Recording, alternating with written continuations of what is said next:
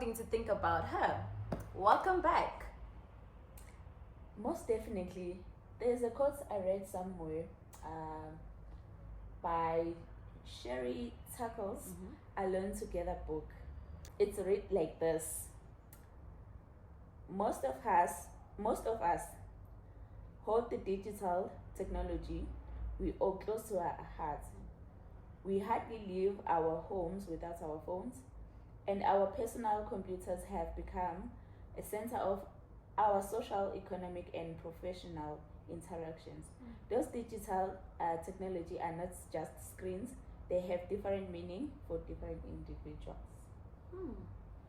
You know, that quote is making me realize that we have a newly created dependency in the digital world, that I really need a laptop to work on schoolwork, or I need my phone to communicate to people. And it almost creates the inability to really interact with the real world. Yeah, I think it does, because majority of the things you can do them on those digital platforms.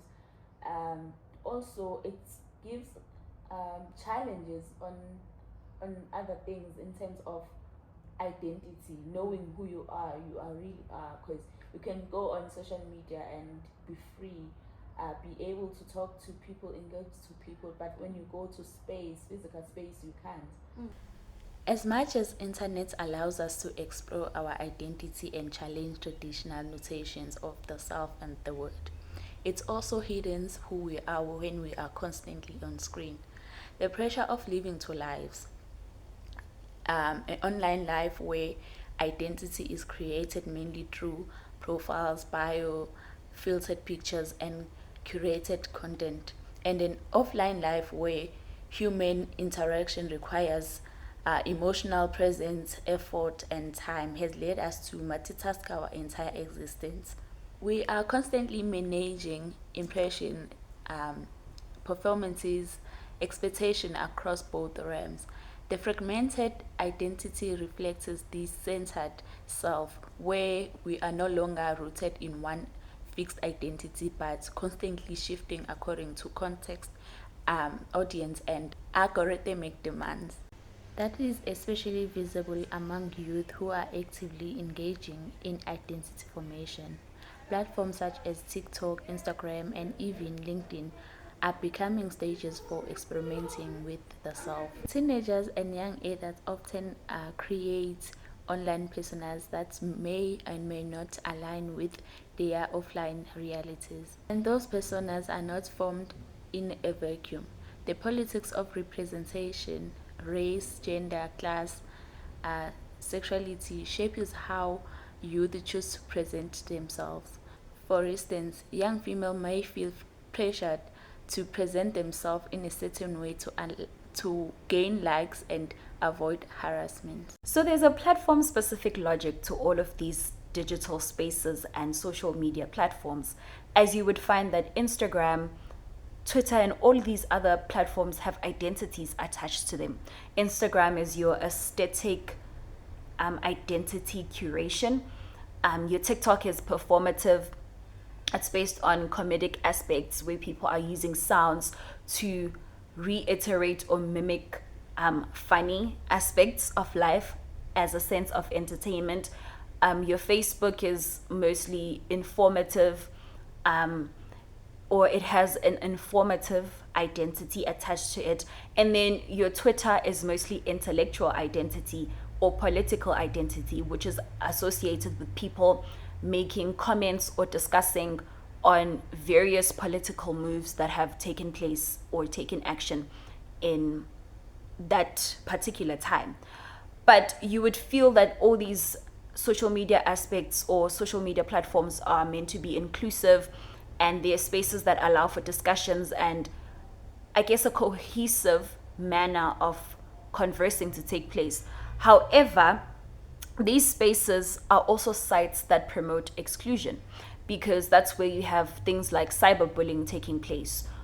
You're bullying through your comments, you're doxing, you're body shaming, cultural appropriation, people being made fun of, etc., which then shows us essentially that these digital platforms are not only reiterating digital inequalities, but they are mirroring these structural inequalities that are happening within real life.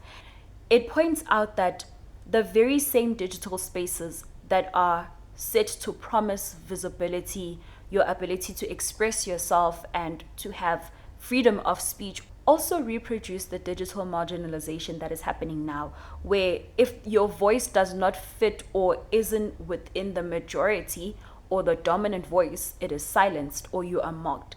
For instance, if I am against that Mininduli from the Real Housewives of Durban is a bully, then my voice is silenced or I am attacked in my comment section because of what I am saying. Yet social media is supposed to be promoting my ability to express myself freely. Could it also be that the things we write in our bios are what we desire to be, or the identities that we love to possess, but we haven't really contacted the real world enough to actually discover those things about ourselves? Most definitely, some of the people, they just write whatever they feel like. This is the way I want my bio to be. Could it just be that everything that I am consuming when I'm in the digital world are things that I'm almost being inspired to be, and they don't really allow me time to think about, am I really a bubbly person, or is it something that I associate with because the person that I am a huge fan of on social media is actually like that? So within a space of 2 minutes, 3 minutes, you have seen so many things and you get attracted to those things. You're actually not sitting back and reflecting to, do I really like those things, or just how they created the content. The constant engagement with likes, followers, retweets means that self-worth often becomes tied to algorithmic feedback. This shapes how youth perceive success, beauty, and even social relevance. It creates what some call attention economy of the self, where we commodify identity in exchange for validation. Over time, this can blur the line between authenticity and performance. Are we really ourselves, or are we just performing a self that we believe other people want to see? And performance can become exhausting. There's emotional labor in maintaining an online presence, and there is social anxiety when the created self clashes with real life expectations. Some youth report feeling like imposters in their own life, experiencing disconnection between the me online and the me offline. As we can see, social media and the way that it is governed by society presents it as a paradox, where we say it's a space we can express ourselves and be free to comment on things that are of interest for us, but we also have to follow certain rules that restrict us from actually making comments that are in our hearts, and comments that are in reality what we think and what our critique of certain situations is.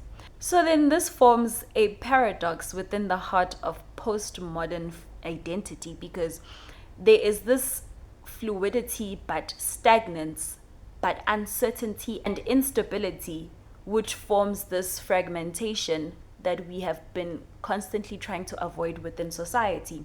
And it raises continuous questioning about how will we get to a point of cohesion if even on screens we are bashing each other and reiterating aspects of the real world inequality to each other digitally. And then the question then becomes, how do we reclaim the right to be messy and to speak our own mind, and to be inconsistent and just become fully human again, at both on screen and off screen?